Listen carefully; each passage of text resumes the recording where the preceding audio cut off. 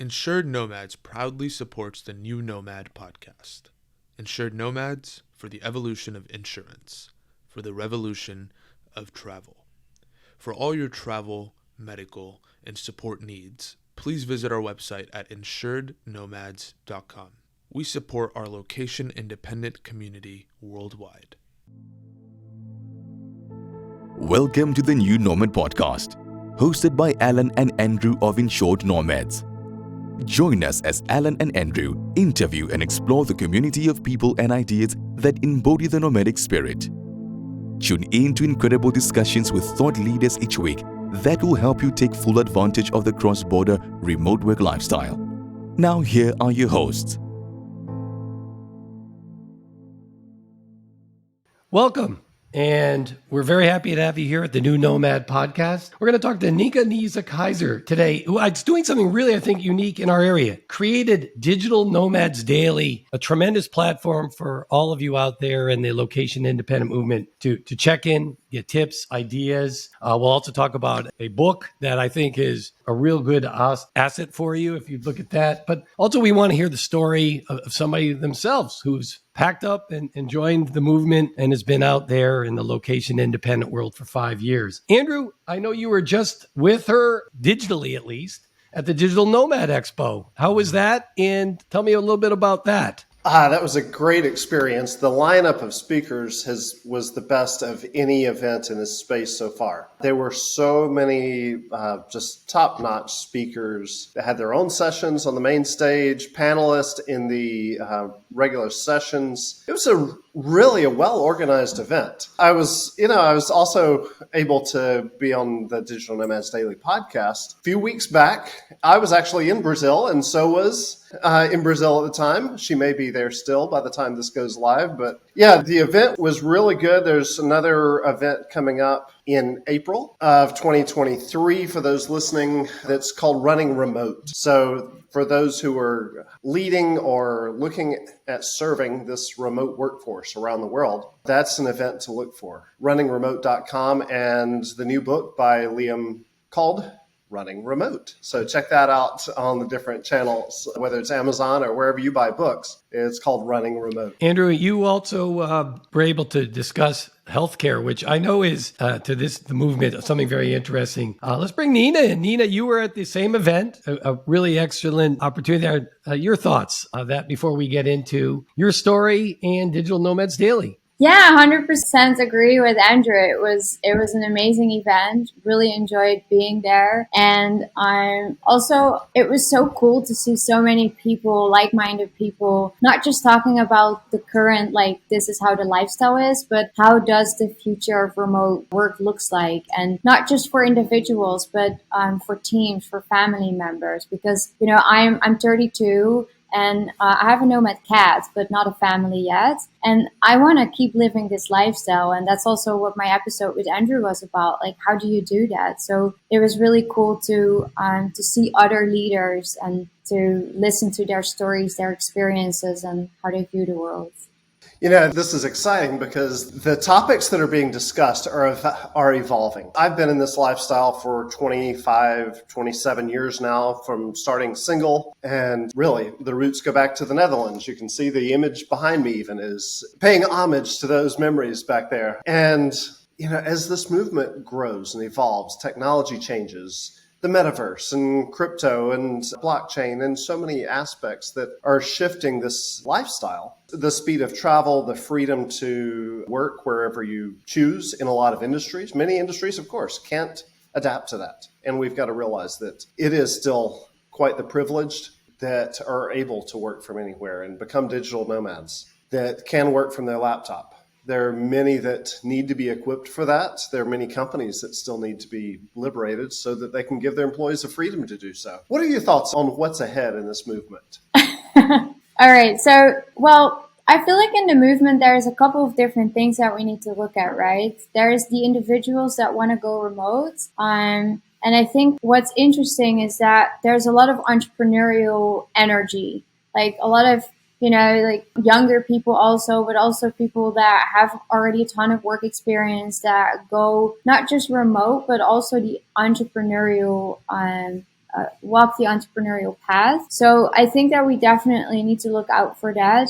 And then when it comes to companies, it's like, how can we facilitate this group of people? So one of the things that I see as a remote worker, I mean, I've been a lot of my 5 years been part of teams, is that I have always been like a contractor, because you need to set up your own business to, make it like legal proof and all of these things. So I think it's a real challenge for everyone who's involved, which is individuals, like organizations, governments, and then just the world, like the globalization, to facilitate this lifestyle. I think it's extremely difficult, but it starts with things like a Digital Nomad Expo, where we come together to brainstorm, to share ideas, and to let companies or let organizations and governments listen to what are our needs and how do we see the future. Because one of the things that I see a lot online, and I hear on the podcast, and I talk with a lot of job seekers, is that people are afraid almost to tell their employee, like, I want to go remote. So some people, they just go remote and they get a VPN hoping not to get caught, which creates a lot of fear. And I think that this lifestyle in general, like, our brains aren't wired to make so many decisions. We're creatures of habit. So if then your remote workplace is also full of fear because you cannot be your full self, that goes into the energy of your work, your quality of work, how you deal with people, how you deal with people at home. It just impacts it so much. So that's a very long answer, but I would love to see that we can do this with more confidence and less fear, and listen better to each other's needs, so we can actually create a happy world. Well, it's interesting. When I looked at Digital Nomads Daily, I liked a couple of things that you covered in there. For instance, there's some interesting information in optimizing one's self. So that's one thing of the experience, is what you do personally. Then there's interesting information there of working with your teams. And then there's other information about, hey, this is how digital nomad visas work. Here's other things. So I would love to hear your story, what brought you to this lifestyle, but also as you came to this lifestyle, when did you have the epiphany that we needed something like Digital Nomads Daily, which we really do need? Yeah, sure. I love that question. So I started my remote work journey around 5 years ago, and I didn't know that I was actually doing that. Like, I've never heard of a digital nomad. It just kind of all happened to me. So I've been living abroad for almost 8 years, and I was in the Philippines working in a tech startup. It was really cool. It was about education, community first, and we were helping people getting jobs there, like in tech. And it was a startup, so there was a lot of work, and I think I burnt myself out there a little bit, because it was also, it's just like hustle hard, basically. So I was there, and then also dealing with the cultural differences, the different communication styles. Like, Dutch people are very upfront, unfiltered, and Filipinos are in general a bit less confrontational and a bit more soft. So the communication style was challenging for me. So I had a lot of challenges. Now, at one point I quit that job and went remote. A friend of mine was like, why don't you come to Bali? And that's where I met the first digital nomads, for me, basically. And I saw all these people there with their laptops in the cafe. I was like, what are they doing? I was just like, what is this? And I was doing my job like remotely, so it was in transition phase, and then I was like, oh wait, I can and be somewhere else, but I can choose to be somewhere else and be remotely. I didn't even think about traveling the world. I just thought I can be in another country because I want to get out of the Philippines one day. And that's when I started asking people questions. Like, naturally, that's how Digital Nomads Daily was born, because I was like, I want to know how you do it. I don't want to know, oh, you made 10K. I want to know, what are the exact steps that you did to get to that point, including mindset, business related things, like, who did you talk to? How did your day look like? And all these things. So I'm a pretty curious creature. So I just started asking questions, documenting that, and then that's how it was born. But I was also struggling getting clients at the time and really kicking off this freelance. So this is an important thing, I feel like, for everyone. if you want to do this lifestyle, the one ingredient to success is financial stability. At the time, I didn't have that. So you cannot start a business if you're like drowning in bills. I wasn't drowning in bills, but I wasn't financially stable. So it was like, I couldn't do it. So I stopped Digital Nomads Daily. And then last year I got a notification on Instagram that there was activity. And I thought, oh, what's this? Like, what profile? And then I saw Digital Nomads Daily and I was like, wow, people are still going to my website to check out the interviews. And I just started to relaunch it. Today, what we do is we offer perspective. This is not my success story. The whole platform is not about me. My ego is really not so big. But what it is that I ask questions to experienced digital nomads, all colors, shapes, sizes, ages. I don't care where you're from. I just want to get that perspective. And we talk, about mindset, about business, about loneliness, relationships, anything from A to Z, to share how others do it so you can get inspiration, motivation. I feel like it's personal therapy for me sometimes because it shows me opportunity, especially with the podcast, right? So that's what it is. And that's how it started.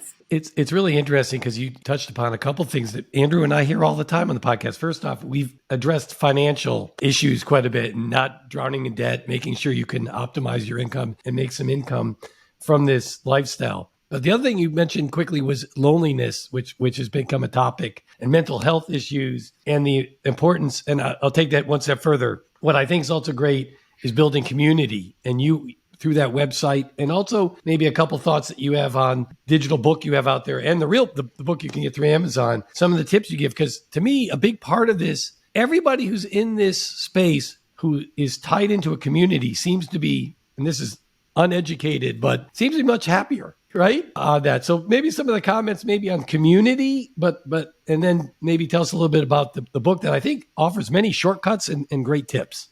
Yeah, sure. So community, is super important. Like when I was doing the podcast, what was really cool is that I was doing all these interviews, right? And also with Andrew and all these nomads, and there's so many amazing tips and stories. And a podcast is a great way to learn, to get inspiration, but I wanted to create something more tangible. So we have a lot of articles on our website on digitalnomadsdaily.com. And these articles are always a combination of what the people share in the podcast. So it's not like a copy paste from another article. It's really like unique content and unique life advice from the nomads. And I have then at one point I was like, it's been like this personal dream of mine to write a book. And in my own, like I thought it was impossible because I mean, I'm not a native speaker as you can hear, right? I only learned how to like 8 years ago, I didn't speak English. So if we would have had this conversation 8 years ago, we wouldn't have done it in Dutch because I didn't speak English. It was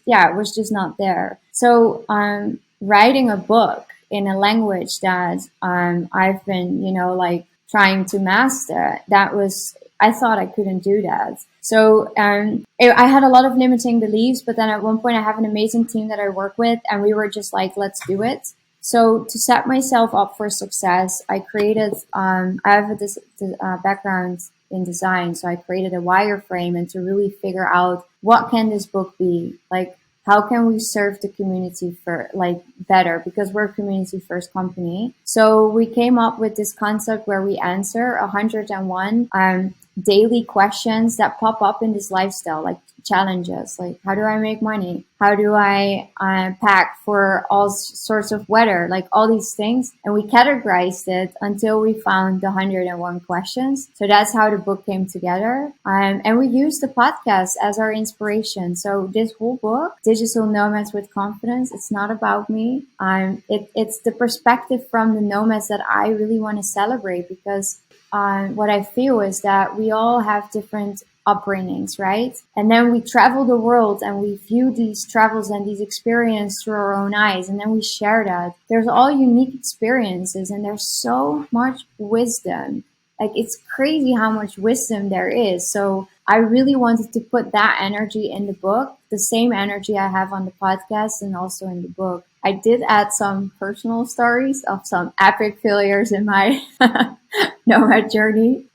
So they're there, absolutely. But the book is, it's a celebration of what we have in this community. Yeah, it's one of those things where there's so many people to learn from, and we get to share from those experiences. And it's good to see through other people's filters, see through other people's stories. And I like your perspective that you've shared with us, and how that you get to open people's eyes through the journeys of others, through yourself. And it's very informative the way that you do that. Well done, just not just through the podcast, but through your writings and through the way you're living. It's very good to see. Thank you. From all these things you've shared from your experiences in the book, which I encourage folks to check out. But what is one of those experiences, people, places that you feel like that our listeners should know about? Sure. That's a really good question. Let me actually show the book because I'm talking about it, but I have it here so I can show it on the video.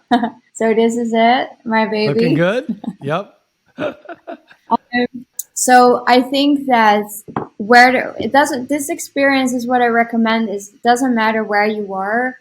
What I would do is try to not go on a sort of crazy contest that you need to see all the countries in the world, but just take it easy when you travel. Like, one of the things that has really changed my life is move more into the slow madding and just really find community, and not just with other nomads, but also with the locals, and really take time to learn about the culture and how people behave, and observe those learnings and take that into your self-reflection. And it doesn't mean that you need to meditate for hours to do this, but instead of go to a sexy cafe, go to a local shop and buy some stuff there, just sit on the side and just see how people are interacting and be open to that. Because even if you don't speak the language, just by body language and looking how people interact, there's so many things that you can learn. And I think it's actually not a disability if you don't know the language, because you don't know what they say. You really open your mind and your heart and your eyes up for different interactions. So everyone who's listening right now, if you're abroad, immerse yourself in a place where there's not your tribe, your people, and just sit there for 15 minutes and just see what happens. Just be. Yeah. Quick question for you. Something you brought up that I thought was really unique and interesting. We have a lot of folks in this lifestyle who move to places that obviously have to learn a new language. And in your case, you talked about how, if we had this interview many years back, you would not have spoken English. And by the way, you speak tremendously well. I would love you to share with the people in the podcast who may be saying stuff, hey, I'm moving to a foreign location. I don't know that language. I know I'm going to need to know that language. Other than just going in and immersing yourself, was there other tools that you learned that you used to learn, English in this case, or was it pure immersion? Because, well done. And I always tip my hat to people that are really good about picking up foreign languages fast, as somebody who took many years of Spanish and can barely speak anything now, all these years later. I think that's a great question. Well, the game changer for me to learn English was that I'm not per se, or I used to not be super book smart, so trouble learning. So learning from English from a book wasn't working for me. And probably also in school, you don't talk about the things that interest you. So if you're going to learn English or any language, learn it with topics that interest you, that excite you. If you're into photography, read material, listen to material that talks about that. Because you're already closer to your why and your values and your excitement, you just open up more to learn. This is not scientific, maybe it is, but this is just my personal experience. And then the other thing that was a real game changer was being around people that speak well English. In Denmark, where I first lived, everyone spoke broken English because we all didn't speak proper English. But then when I moved to Italy, I was living with back then my housemate. She's Filipina, and through her, I learned everything in the kitchen. I couldn't say kitchen cabinet. I didn't know what, I couldn't point at things. And because I was with her, she just by living with her, she taught me a lot of English. And then when I started working remotely, when I started working in the Philippines, I had to learn more like business English. And I had my team always checking my emails and just actively learning. And I think the third thing was important is that it's a learning curve. Like, you're not going to get it right the first time, and you just need to be open up for that stepping stone and the learning curve itself. If you feel super insecure, you're blocking yourself from an experience. So I think it's just, go in, be excited, make jokes, just accept that you don't know everything. Like, it's fine. I would say those three things. Now, of course, there's apps. I love Duolingo. Like, I'm so competitive. Like, here in the area, I want to be the number one always. Like, who's learning with the most points? Yeah. Well, no, I think you hit upon something, because many of us, we've learned the book languages, but really in this lifestyle, you want to have the conversational, because we're here trying to talk to people, meet people, and we're not sitting here conjugating verbs. We're trying to talk to people. So I'm always interested on how folks learn the different languages. Now, part of this podcast is also giving people a lot of confidence to travel and to go to different locations. You've moved to different locations. Would you share with us maybe a location that you think that people should travel to that maybe is somewhat overlooked, or you think is a really unique place that, somebody who's taking a sojourn, and I loved your comment about slow travel. We're big fans of that maybe somebody should think about looking into and visiting? Yeah, sure. I think that's a great question. I think in general, starting like travel and finding a location, it's really starts with what you want to get out of the experience. So earlier I said, like, it's not a contest on checking landmarks. It's really not that, but it could be for you if you feel like, okay, I want to give myself 6 months to go through whole Asia and just see everything that I can see. That is fine. But what I do think that if you're aspiring digital nomad, or you're nomading right now and you feel a little bit lonely and you're like, oh, I have trouble finding my tribe, go to the nomad hubs. I have a couple of nomad hubs also in our book, but on our website we also talk about it. But you can go to Bali, to Mexico. In Portugal, there's a lot of digital nomads in Lisbon and Ericeira in Portugal. If you want to meet like-minded people, then go where the people are. Like, it's like, you just need to be there. Then it's easy. Now, a place that is definitely overlooked for me is Brazil. Like, I love this country so much. This country is so gigantic. Like, if the Brazilian governments need like an advocate for bringing nomads into Brazil, I would be their person, because I love it. I have found beautiful destinations where I felt super safe, where I've been like living my dream life, and all good. And the Brazilian people are very, very kind people as well. Now, of course, there are some challenges in this country that are very visible in big cities like Rio, São Paulo. But you just have to accept that as well, because you can't come in and think like living your best life in Rio and nothing will happen. Like, if you are idiotic drunk on the street as a tourist in the middle of the night, you get robbed. But that happens in Paris too, and in Amsterdam as well. But definitely go to Brazil. And I believe that in maybe Andrew, you need to help with this Pipa Beach. There's like a Yes. That's what I was going to bring up as we wrap up this episode. I knew Alan was going to ask me a question, and that's where I was going to go. So good point there. I'm glad you were remembering it too. It's on everybody's mind right now when they're thinking about community when they go somewhere. And that's what I'm passionate about, is the community experience. Because you can look at pictures, you can see someone's Instagram and think, oh, I'd like to work from there. Then you get there and you think, wow, it's a cold culture and I'm used to a hot culture. Yeah.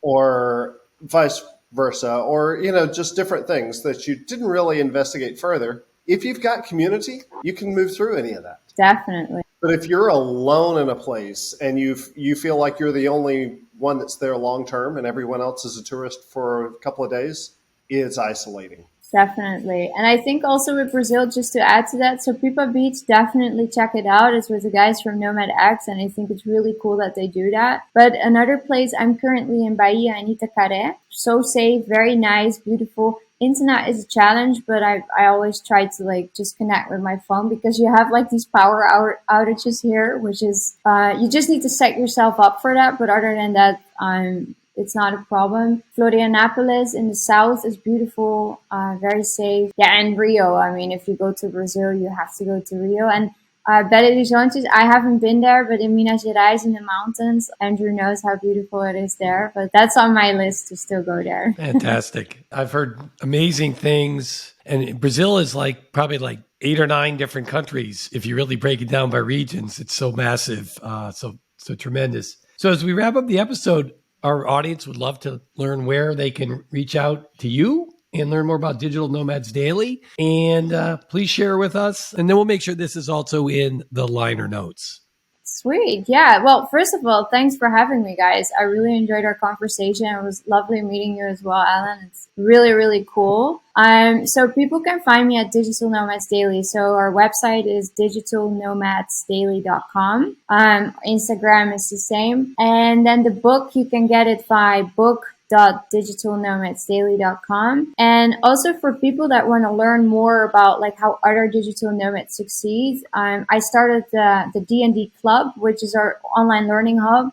And if you go to club.digitalnomadsdaily.com, you can find workshops there.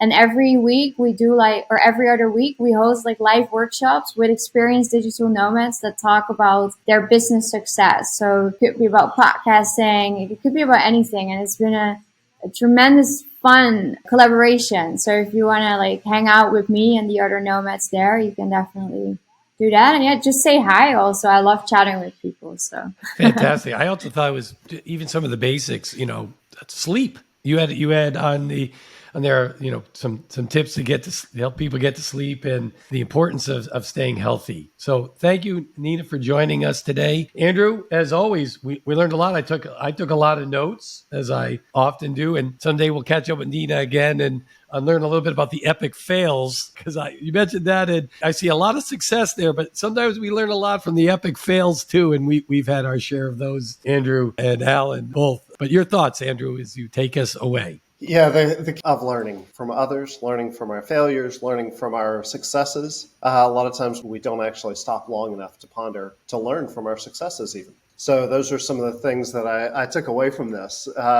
And there was one gold nugget that she said, and that's to pause long enough, to sit, just be. And that takes practice. That doesn't come natural for most people, because we are so accustomed to jumping from one thing to another, to actually calm our minds and to just for a bit. Whether you refer to that as meditation or mindfulness or other things, just figure out a way to just calm your mind and clear and reset at different times during the day. And that was there's so many deep thoughts and profound things that I believe comes from Digital Nomads Daily. And that was one of the ones that I got today. I thank you everyone for joining in for another episode of The New Nomad. Do subscribe, if you will, whether you're watching this on YouTube podcasting or if you're watching it on Spotify, etc. Follow and write a great review. Share it with others and join us for another great episode next time. Insured Nomads proudly supports the New Nomad podcast. Insured Nomads for the evolution of insurance, for the revolution of travel. For all your travel, medical, and support needs, please visit our website at insurednomads.com. We support our location-independent community worldwide. Thanks for tuning in to the New Nomad podcast, where we bring together an incredible community of people and ideas that embody the nomadic spirit. Please remember to subscribe and leave a review. For more amazing tips to help you take advantage of the cross-border lifestyle, please visit us at insurednomads.com/podcast. See you next week.